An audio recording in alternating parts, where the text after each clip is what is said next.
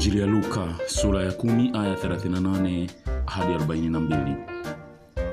Ikawa katika kuenenda kwao aliingia katika kijiji kimoja.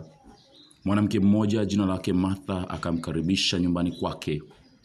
Naye alikuwa na umbu lake aitwaye Mariamu aliyeketi miguuni pake Yesu akasikiliza maneno yake. Lakini Martha alikuwa akihangaika kwa utumishi mwingi. Akamwendea akasema, Bwana, huoni vibaya hivyo ndugu yangu alivyoniacha nitumike peke yangu? Basi mwambie anisaidie.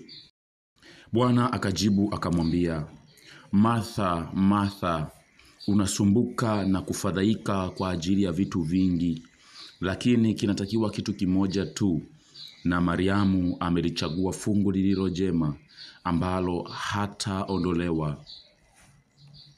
Neno la Bwana. Sifa kwako, Kristo.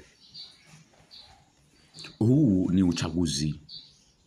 Uchaguzi huu si wa serikali wala vyeo, bali ni uchaguzi wa kile ambacho utakuwa nacho kama amana kwako, ambacho hakitaondolewa na mtu yeyote. Na uchaguzi huu hufanyika katika maisha, uwe unajua au hujui. Uchaguzi huu lazima ufanyike, na anayefanya uchaguzi huu ni mimi, ni wewe. Yesu anakuja kwako, anakuja kwangu kama alivyokwenda kwa Martha na Mariamu. Na kila mmoja alifanya uchaguzi. Biblia ingawa haisemi kama walikuwa wanajua wanachokifanya au la, lakini ukisoma vizuri utagundua kama walikuwa wanajua au hawajui. Lakini uchaguzi ulifanyika. Vivyo hivyo kwangu mimi na wewe, uchaguzi huu lazima ufanyike, tuwe tunajua au hatujui.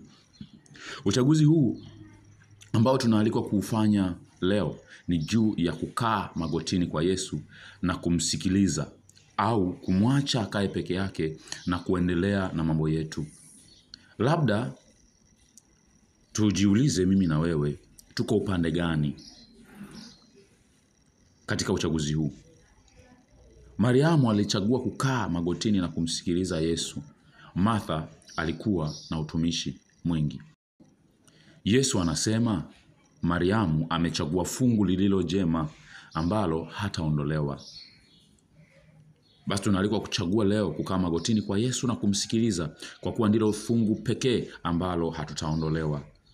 Yaliyobaki yote yataondoka, iwe uhai tulionao, vyeo, pesa, nyumba, fahari, magari, yote yataondoka. Lakini fungu moja tu amelisema Kristo mwenyewe, kukaa magotini na kumsikiliza. Hili fungu halitaondolewa na mtu yeyote.